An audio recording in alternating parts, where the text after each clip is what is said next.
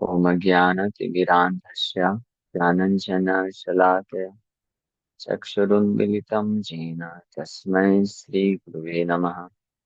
नमः ओं विष्णुपादाय कृष्णप्रेष्ठाय भूतले श्रीमते भक्तिवेदान्त स्वामिनिति नामिने। नमस्ते सारस्वते देवे गौरवाणी प्रचारिणे निर्विशेष शून्यवादी पाश्चात्य देशता नित्यानंद नमस्तुभ्यं प्रेमानंद प्रदायिने लोकल्मषनाशाय जानवापते नमः। नमो महावदन्याय कृष्ण प्रेम प्रदायते कृष्णाय कृष्ण चैतन्य नामने गौरसे नमः।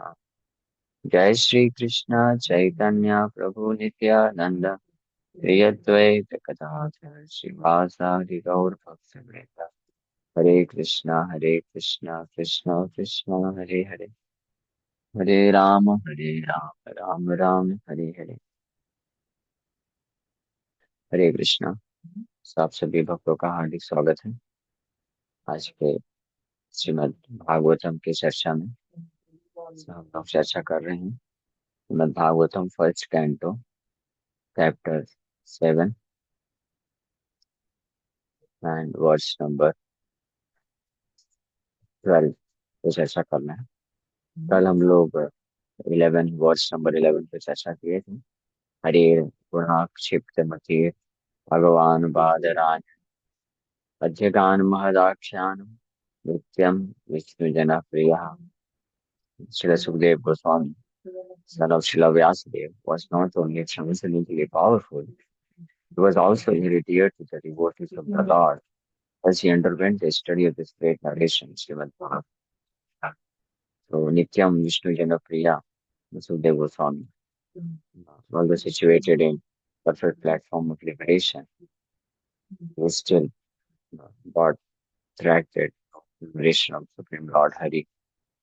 भगवान हरि के गुणों के वर्णन से आकर्षित होकर के सुखदेव गोस्वामी अपने पिता व्यास देव जी के माध्यम से महदाख्यान, इतने महद विशाल बृहद आख्यान भागवत को बड़े मति लगा करके पढ़ते हैं, सुनते हैं।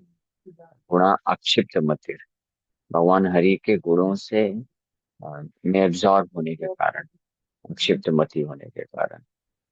और अब नेक्स्ट इसके श्लोक में बता रहे हैं, परीक्षितो अथ राजर्षेर जन्म कर्म विलापन संस्थाम च पांडुपुत्राणाम Akshay Krishna कथोदय। Sudha Goswami thus addressed the rishis headed by Shaunaka. Now I shall begin the transcendental narration of the Lord of Lord Sri Krishna, topics of the birth, activities, and deliverance of King Parikshit, the sage amongst kings, as well as topics of the renunciation of the worldly order, in the sense of Bhagavad Sudha Goswami। क्योंकि अगर आपको याद होगा, I hope नहीं याद होगा, लेकिन मैं बता देता हूँ। फर्स्ट चैप्टर में जो प्रश्न पूछे गए थे सौनक आदि ऋषियों के द्वारा, तो उसमें एक कुछ प्रश्न सौनक आदि ऋषि सुद गोस्वामी से ये भी पूछते हैं।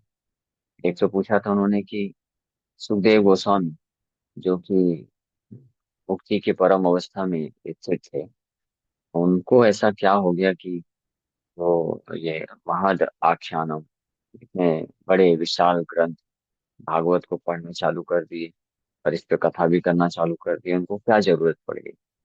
जनरली अंडरस्टैंडिंग ये होता है लोगों का कि अगर किसी को कुछ सिद्धि प्राप्त करनी है, मुक्ति की अवस्था, मुक्त होना है, परफेक्शन हासिल करना है, तो साधन करना चाहिए। साधन तो उसके लिए होता है। कोई पढ़ाई क्यों करता है? भाई अगर कॉलेज में स्कूल में पढ़ता है ताकि डिग्री मिले और फिर अच्छे से जॉब कोई प्राप्त कर सके। लेकिन अगर किसी का ऑलरेडी खुद का अच्छा बिजनेस है, धंधा है, जॉब, तो उसको फिर अलग से डिग्री लेने का क्या जरूरत है? ये अंडरस्टैंडिंग आध्यात्मिक जीवन में भी लोग रखते हैं कि ये भजन साधन जो होता है व्यक्ति को संसार से मुक्त करने के लिए होता है। इसलिए सौनकादि ऋषियों का प्रश्न बहुत महत्वपूर्ण था कि सुखदेव गोस्वामी जो ऑलरेडी मुक्त थे, तो उनको फिर क्या पड़ गई इतना कि वो भागवत पढ़ने लग गए, भागवत सुनने के लिए तत्पर हो गए। इज ऑलरेडी लिबरेटेड, तो अपने लिबरेशन की स्थिति में रहना चाहिए। इसी के उत्तर पे बड़े विस्तार से चर्चा की ऑलरेडी 1.5 महीने। तो कैसे भगवान हरि के ऐसे अद्भुत दिव्य गुण हैं, चाहे कोई लिबरेटेड हो, मुक्त हो, या मुक्ति के लिए मुक्ति कामी हो, मोक्ष कामी, या मोक्ष प्राप्त किया हो व्यक्ति, या भोगी भोगी व्यक्ति हो, सर्वकामी। क्या है श्लोक हो? मोक्ष कामी, सर्वकामी मोक्ष कामी, तीव्रेण भक्ति योगेन यजेत पुरुषं परम, कामो सर्व काम वा मुक्त कामो उदारधि। उदारधि means those who have little intelligence, थोड़ा सा भी उदार बुद्धि है, जो थोड़ा भी जानते हैं अपने वास्तविक जीवन के लाभ के बारे में। तो भले उनका हृदय बहुत सारी कामनाओं से भरा हो, इन मटेरियलिस्टिक वस्तुओं में बहुत सारे भोग करने की इच्छा हो, या कामो सर्व कामो, अकामो मतलब भक्त, विदाउट एनी मटेरियल डिजायर। सर्व काम means so many material desires, बहुत सारी भौतिक इच्छाएं हो। मोक्ष काम, मोक्ष प्राप्त करने की इच्छा हो। तीनों कैटेगरी के लोगों को रिकमेंड किया गया है। If they are at all intelligent, अगर वो है बुद्धिमान वास्तव में, तो ये तो परम पुरुष कृष्ण का वो पूजा करने चाहिए, तो उससे उनको जो इच्छा है वो प्राप्त कर लेंगे। तो लेकिन जो बुक्स जो ऑलरेडी परफेक्टेड हैं, तो वो कैसे अट्रैक्ट होते हैं? तो भगवान के ऐसे दिव्य गुण हैं जो कि अट्रैक्ट कर लेते हैं किसी को, और वो फिर बाकी अपने सारी अवस्था को छोड़ छाड़ के भगवान हरि के भक्ति में लग जाते हैं। ये कितना इम्पोर्टेंट एस्पेक्ट है इत्थम भूत गुणो हरि, कि अगर कंप्लीट परफेक्शनल स्टेज, पूर्ण सिद्धि की अवस्था को, मुक्ति की अवस्था को प्राप्त हुए जो लिबरेटेड सोल होते हैं, इनको और कुछ नहीं चाहिए, कोई आकर्षण नहीं, वो अपनी लिबरेशन मुक्ति की अवस्था को भी त्याग देते हैं, उस पद को त्याग देते हैं, और पागलों की तरह कृष्ण के प्रति भक्ति में लग जाते हैं। फिर अन्य इस संसार के अन्य व्यक्तियों का क्या कहना, जो कि ऑलरेडी ऐसे प्लेटफॉर्म में स्थित हैं जहाँ पे कोई संतुष्टि नहीं। Platform of liberation is considered to be the highest state of peacefulness. परम शांति की अवस्था होती है, ब्रह्म भूत प्रसन्न आत्मा। तो परम शांति की अवस्था में स्थित होने वाले व्यक्ति भी कृष्ण गुण, हरेर गुण अक्षिप्त मतिर गान मुदाख्यान, वो भी भगवान हरि के गुणों से ऐसे आकृष्ट हो जाते हैं कि अपने उस स्टेट ऑफ परफेक्ट पीसफुलनेस को त्याग देते हैं, पागलों की तरह भगवान हरि के पीछे भागते हैं। हाँ। तो फिर हम लोगों का क्या कहना? हम तो वैसे ही बड़े कठिन अवस्था में, मिजरेबल सिचुएशन में, इतने दुख शांति की अवस्था में हम भौतिक क्लेशों से तड़पते हैं, तो हमको तो बड़ी तीव्रता से आकर्षित हो ही जाना चाहिए। हाँ। तो ये क्वेश्चन था, एक तो सुखदेव गोस्वामी से रिलेटेड और परीक्षित महाराज से रिलेटेड भी पूछा था उन्होंने।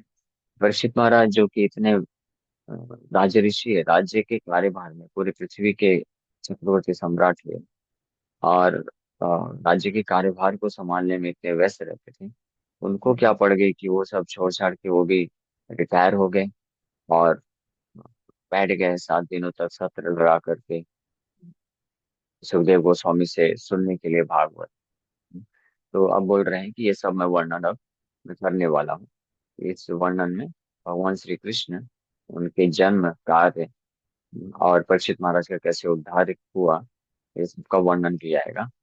वो परीक्षित महाराज was वो सेज अमंग्स किंग्स, राज ऋषि हैं। और साथ ही साथ में ये प्रसंग पा करके भगवान कृष्ण के स्वधाम उपगता, अपने धाम जाने के पश्चात पांडवगण कैसे इस भौतिक संसार को त्यागते, take the renounce order of life, संन्यास लेते हैं, इसका भी वर्णन कर देंगे इसी से संबंधित। तब ये धीरे धीरे ये प्रसंग जो है चालू करने वाला है। परीक्षितो अथ राज ऋषि, परीक्षितो अथ राज ऋषि जन्म कर्म विलापनम। सो जिस प्रकार से भगवान कृष्ण का जन्म और कर्म जो होता है और दिव्य होता है, उसी प्रकार से भगवान के शुद्ध भक्त जो राज ऋषि हैं, जैसे परीक्षित महाराज हैं यहाँ पे, उनका भी जन्म कर्म दिव्य है। तो जन्म कर्म, उनका जन्म भी बहुत अद्भुत है। परीक्षित महाराज का जन्म कैसे हुआ और उसमें क्या विशेषता है, इसका वर्णन किया जाएगा। इसलिए बोल रहे हैं कि उनका जन्म और कर्म से वो कैसे उनका उद्धार हुआ, विलापन। वह संस्थाम च पांडु पुत्राणाम, और पांडवों के द्वारा इस भौतिक संसार को कैसे त्यागा गया, रेनाउंस किया गया।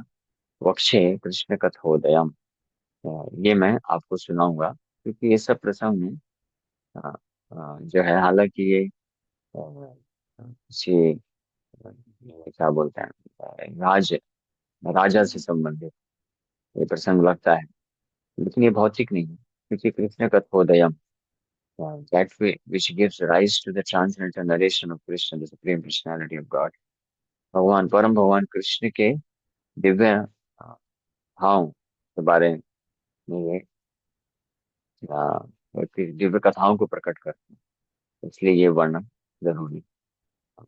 तो इसलिए वो हर वो प्रसंग, हर वो जो घटना है, इतिहास जिसमें कृष्ण अ, कथा का उद्गम हो सकता है, जिससे कथा उत्पन्न हो सकती है, वो बहुत इंपॉर्टेंस रखती है, महत्वपूर्ण रखती है। वैसे तो इतिहास में अनेकों अनेकों प्रकार के युद्ध हुए, अनेकों अनेकों प्रकार की कहानियां हुई, अनेकों महान महान राजा आए, लेकिन हम लोग जो है विशेष रूप से महत्व किसका है कि लाखों वर्षों में देखा जाए, लाखों वर्षों में तो कितने महान महान राजा आए, लेकिन रामायण है, महाभारत है, ये दो महान युद्ध हुए जिसका चर्चा हम सुनते हैं, बारंबार पढ़ते हैं, इनके ऊपर लीलाएं भी होती हैं। क्यों? क्योंकि ये भगवान राम, भगवान कृष्ण से संबंधित। इसलिए तो ऐसे इतिहास, ऐसी कथाएं जिनका संबंध भगवान से होता है, भगवान की कथा वहां पे उत्पन्न होने वाली है, तो उन अ, प्रसंगों को पढ़ा जा सकता है, सुना जा सकता है, वर्णन किया जा सकता है। लेकिन ऐसे प्रसंग, वैसी घटनाएं संसार में जो कृष्ण कथा को उत्पन्न नहीं कर सकते हैं, सो हाउएवर इम्पोर्टेंट इट में, कितना भी महत्वपूर्ण लगे इतिहास के दृष्टिकोण से, या घटना के दृष्टिकोण से, या शिक्षा के दृष्टिकोण से, जो सज्जन साधु पुरुष होते हैं, बुद्धिमान होते हैं, भक्तगण होते हैं, उसको यूजलेस रबिश समझ करके जस्ट डिस्कार्ड कर देते हैं। हाँ, उसमें इंटरेस्ट नहीं लेते हैं। न यत्र, दैट इज वर्ड्स इन भाव, न यत्र, न यत्र हमसा, हमसे प्रवृत्ति के लोग, न यत्र हमेशा से। भागवत 1.5.5, न यद्वचश्चित्रपदम हरेर यशो, न यद, ये न यद वचस चित्रपदम, चित्रपदम मीन्स ऑल्दो द डिस्क्रिप्शन में बी वेरी वंडरफुल। हाँ, कोई ऐसा इतिहास की घटना है, कोई ऐसी घटना है संसार में, वर्तमान या इतिहास में, किसी व्यक्ति के बारे में, या कोई समाज के बारे में, देश के बारे में, या कोई इवेंट के बारे में, जो बहुत ही वंडरफुल तरीके से, चित्रपदम मीन्स वेरी डेकोरेटिव, बहुत ही वंडरफुल तरीके से जिसका वर्णन किया गया। लेकिन न हरेर यशा, अगर उसमें भगवान हरि का यश नहीं, भगवान हरि का गुणगान नहीं, हाँ, वो भगवान हरि का गुणगान जो जगत पवित्रम प्रगणित परिचित, जो पूरे जगत को पवित्र करता है। If if there is no description of the glories of Lord Hari, भगवान हरि का कनेक्शन नहीं है, तद वायसम तीर्थम उच्चन्ति मानसा।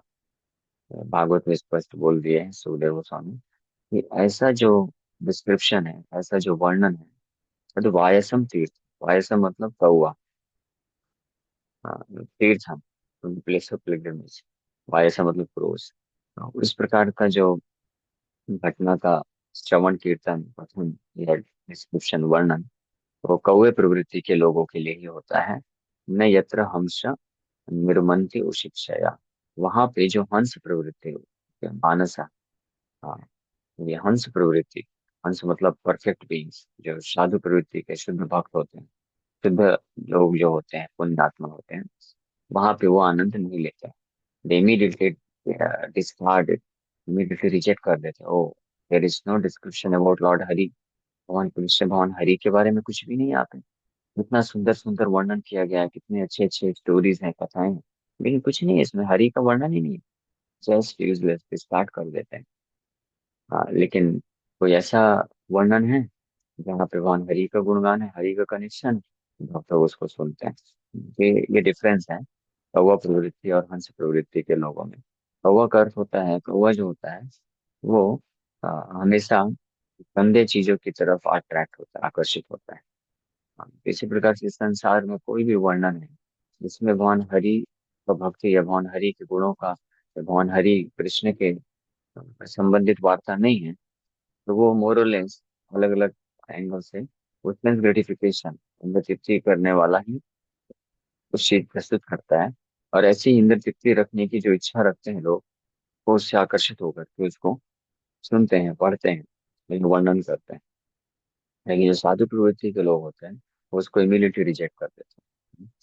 अभी हमको क्या करना चाहिए? कोई बोलेगा ना प्रभु जी, हम साधु थोड़ी ना हैं, हम तो दूषित प्रवृत्ति के लोग हैं, तो हमको तो उसी में इंटरेस्ट आता है, इसलिए हमको ये टीवी सीरियल मूवीज और ये जो स्टोरीज हैं, ये क्या बोलते हैं उसको, नॉवेल्स, सब पढ़ने में अच्छा लगता है। हमको ये पढ़ना चाहिए, भगवान कृष्ण का वर्णन तो इसमें होता नहीं है। तो हमारे लिए ये है कि अगर हम में से किसी को भी ये इच्छा है हृदय कि हम ये कौवा प्रवृत्ति का नहीं रहना चाहते, हम कौवा से हंस बनना चाहते हैं। बाय द वे, आप ऐसे कितने बहुत लोग हैं जो चाहते हैं कि हम भी हंस प्रवृत्ति के बने, शुद्ध प्रवृत्ति के बने, कौवा प्रवृत्ति के न रह जाए। कितने लोगों को ऐसा इच्छा है, तो उनके लिए यहाँ पे हम बता सकते हैं। तो ऐसे भक्तों को फिर बड़े सावधानी पूर्वक ऐसे नरेशन, ऐसे वर्णन को अवॉइड करना चाहिए, भले ही कितना आकर्षक लगे, कितना सुनने का इच्छा हो, पढ़ने का इच्छा हो, देखने का इच्छा हो, उनको त्याग देना चाहिए। हाँ, छोड़ देना चाहिए। जो जिसमें भगवान हरि से संबंधित वर्णन नहीं है, और भगवान कृष्ण से संबंधित जो वार्ताएं हैं उसको पढ़ना चाहिए, सुनना चाहिए, देखना चाहिए। भले ही वो हमारे अभी दूषित हृदय होने के कारण हमको ज्यादा इंटरेस्ट मिल रहा है। तो ये कार्य करने से, दो कार्य करने से हमारा हमारा हृदय मन जो दुखित है या कौवा प्रवृत्ति का है, वो धीरे धीरे वो शुद्ध हो जाएगा और हंस प्रवृत्ति का हो जाएगा। और ऑटोमेटिकली फिर कुछ समय पश्चात ये जितने भी भगवान हरि की वार्ता से विहीन जो चर्चाएं होती हैं, उनसे हमारी रुचि खत्म हो जाएगा और भगवान हरि से संबंधित वार्ताओं में ही रुचि उत्पन्न हो जाएगा। तो ये श्लोक में बहुत इंपॉर्टेंट है शिक्षा, अ, सुखदेव गोस्वामी बताए कि ऐसे स्थान, ऐसी वार्ताएं जिसमें भगवान हरि का गुणगान नहीं होता है, भले ही चित्र पदम बहुत ही वंडरफुल तरीके से वर्णन क्यों ना हो, उसमें केवल कौवा प्रवृत्ति के लोग ही जाते हैं। शुद्ध हृदय साधु व्यक्ति या साधु बनने का जो इच्छा रखते हैं वो लोग नहीं जाते। वहीं दूसरी ओर मदवाग विसर्गो जनताग विप्लवो यस्मिन् प्रतिश्लोकम दवत्यपि नामानि अनंत श्रेयस्वन्ति तानि यत् स्रवन्ति गायन्ति गृह्णन्ति साधवा।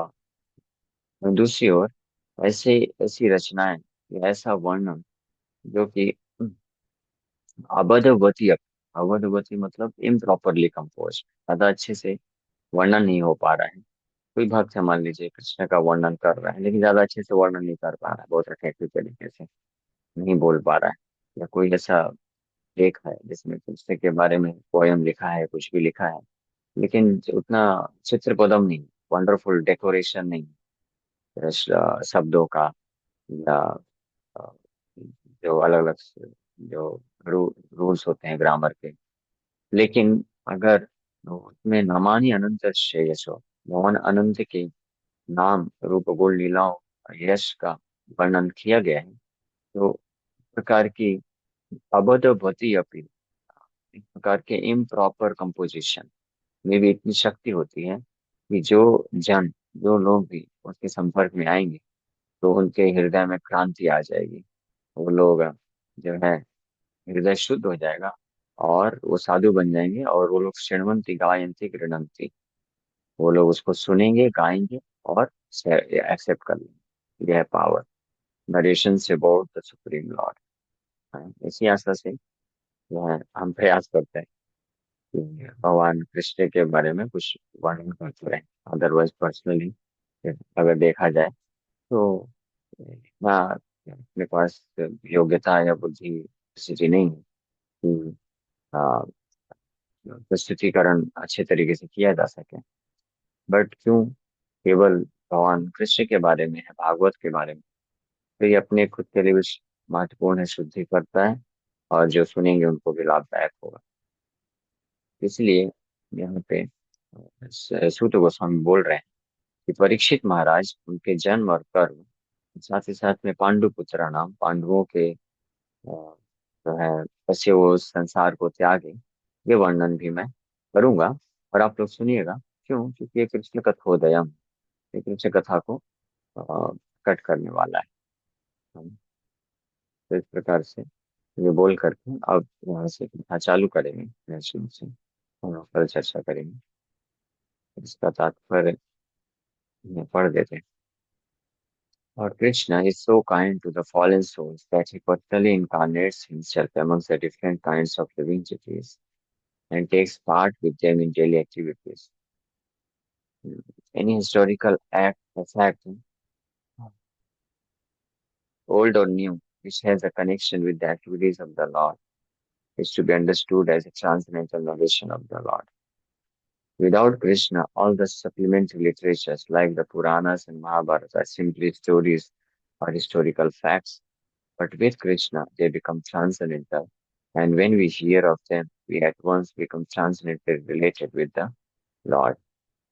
So, भगवान कृष्ण हम जैसे बद्ध जीवात्माओं के ऊपर कृपा करने के लिए व्यक्तिगत रूप से अवतरित होते हैं, अलग अलग प्रकार के अवतार लेते हैं और उस समाज में जा करके उनके डेली एक्टिविटी, दैनिक कार्यकलापों में पार्टिसिपेट करते हैं। और इस प्रकार से एक जो है उनकी कथाएं बन जाती हैं, लीलाएं बनती हैं, जिनको पुराणों में और अन्य शास्त्रों में वर्णन किया जाता है। तो क्योंकि ये भगवान कृष्ण से संबंधित है, इसलिए ये आ, जगत जो श्रवण करते हैं उनका उद्धार करने की शक्ति रखते हैं। अगर भगवान कृष्ण को हटा दिया जाए तो जितने भी महाभारत पुराण इत्यादि जितने भी शास्त्र हैं, भले ही बहुत ही सुंदर संस्कृत श्लोकों में लिखे जाए, लेकिन अगर कृष्ण, विदाउट कृष्ण, कृष्ण के बिना अगर कर दिया जाए तो सब के सब यूजलेस हो जाएंगे। एक सिंपली स्टोरी या ऐतिहासिक घटना रह जाएगी बस। लेकिन कृष्ण के साथ होने पे, कृष्ण होने के कारण ही पुराण और महाभारत में जो भी घटनाएं हैं, इतिहास है, वर्णन है, वो दिव्य हो जाते हैं। Srimad Bhagavatam is also a Puran. The special significance of this Puran is that the activities of the Lord are central and not just supplementary historical facts. Shrimad Bhagavatam भी एक पुराण है जिसको महापुराण इसलिए बोला जाता है, एक स्पॉटलेस पुराण। और अन्य पुराण श्रीमद् भागवतम में अंतर ये है, अन्य पुराणों में भी कृष्ण का से संबंधित वार्ताएं हैं, वर्णन, लेकिन अन्य चीजों पे भी फोकस किया गया है, केवल कृष्ण फोकस नहीं। लेकिन श्रीमद् भागवतम में only Krishna is centre point, केवल कृष्ण ही मेन फोकस में है, इसलिए सर्वश्रेष्ठ पुराण है। और इसलिए विष्णु जनप्रिय, यही एकमात्र कारण है कि विष्णु जन भक्तों को श्रीमद् भागवतम जो है नित्यम विष्णु जनप्रिय, नित्य रूप से सबसे ज्यादा प्रिय ये पुराण। और Srimad Bhagavatam is just recommended by lord Shri Chaitanya Mahaprabhu as a spotless Purana. और चैतन्य महाप्रभु भी श्रीमद् भागवतम को अमल पुराण या स्पॉटलेस पुराण के रूप में घोषित करते हैं। There is a class of less intelligent devotees of the Bhagavad Puran who desire to release at once activities of the Lord narrated in the 10th canto without first undertaking the primary cantos. They are under the false impression that the other cantos are not concerned with Krishna. Thus, more foolishly than intelligently, they take to the reading of the 10th canto. These readers are specifically told herein that the other cantos of the Bhagavatams are as important as the 10th canto. No one should try to go into the matters of the 10th canto without having thoroughly understood the purport of the other nine cantos. लेकिन कुछ so called devotees होते हैं जो सोचते हैं कि केवल 10th canto जिसमें कृष्ण की बाल लीलाओं या कृष्ण की रास लीलाओं का वर्णन, वही जो है महत्वपूर्ण पार्ट है, उसी को बस पढ़ना चाहिए, वही कृष्ण कथा है। और ये जो डिस्क्रिप्शन आता है फर्स्ट कैंटो से 9th कैंटो में, जहाँ पे कृष्ण के ऐश्वर्य को और कृष्ण कैसे सृष्टि लीला करते हैं और कृष्ण कैसे अनेकों अनेकों अवतार लेकर के कार्य करते हैं, शिक्षा देते हैं, उन लीलाओं को वो साधारण या अनरिलेटेड समझ करके वो रिजेक्ट कर देते हैं। बट ये एक मिसअंडरस्टैंडिंग है, यहाँ पर क्लियर कट बोल रहे हैं। भागवत में भगवान कृष्ण के संबंधित जो भी अ, लीला है, वो सब इम्पोर्टेंट है, वो सब हृदय को शुद्धिकरण करती है। Krishna and his pure devotees like the Pandavas are on the same plane. Krishna is not without his devotees of all the rasas, and the pure devotees like Pandavas are not without Krishna. Krishna और कृष्ण के जो शुद्ध भक्त है वो एक ही स्तर पे होता है। पांडवों का डिस्क्रिप्शन इस अध्याय में, वो भी कृष्ण से संबंधित ही है, वो भी उतना ही शुद्ध है, प्यूरिफाई है, शुद्ध करने वाला है, जितना कि 10th कैंटो में रासलीला का श्रवण जो है, तो उतनी ही मात्रा में वो भी आध्यात्मिक है। रादर beginning stage में, when our heart is diseased with lusty desire, to hear about narrations of Pandavas in relation with Krishna is more important in Hindi than to hear Ras Leela of Krishna. But this Shivanand बोलते हैं कि before understanding Radha Krishna, first try to understand what is the Arjun Krishna, that is Bhagavad Gita. Then one should go to Sanchivan to Bhagavatam and understand Radha Krishna. So the devotees and the Lord are interlinked and they cannot be separated. Therefore, talks about them are all Krishna Katha topics of the Lord. भगवान कृष्ण और उनके भक्त की जो कथाएं हैं, वो interlink है। Means as soon as there is talk of a devote, Krishna के किसी भक्त के बारे में अगर वर्णन है, तो there must be Krishna's Krishna का के कार्य भी होंगे ही होंगे उसमें, है ना? क्योंकि वो कृष्ण कथा है। इसी प्रकार से जहाँ पे कृष्ण का वर्णन है, तो Krishna is never alone, he is never without his devotees. So there must be talk about his devotees. Now, जैसे नरसिंह कथा है, नरसिंह कथा cannot happen without Prahlad. Prahlad महाराज के बिना नरसिंह कथा हो ही नहीं सकती। और प्रहलाद महाराज का अगर कोई कथा करेगा, प्रहलाद महाराज का वर्णन करेगा, तो नरसिंह भगवान को तो आना ही पड़ेगा। अल्टीमेटली नरसिंह भगवान ही तो है ना, उन्होंने ऐसी कुछ किया, प्रहलाद के ऊपर कृपा किया। और बिना प्रहलाद के नरसिंह भगवान आते ही कैसे? नरसिंह भगवान को तो जन्म ही नहीं हो सकता, प्रकट ही नहीं हो सकते हैं बिना प्रहलाद के। इसी प्रकार से कृष्ण और पांडवों के बीच में भी ये बात लागू होती है। इसमें जो वास्तविक भक्त होते हैं, वो भागवत का कोई भी पोर्शन रिजेक्ट नहीं करते हैं। They equally release all the portion. Okay, यहीं पे विराम करते हैं। Thanks very much. Hare Krishna. किसी भक्त का कोई प्रश्न है तो पूछ सकते हैं। हरे कृष्ण।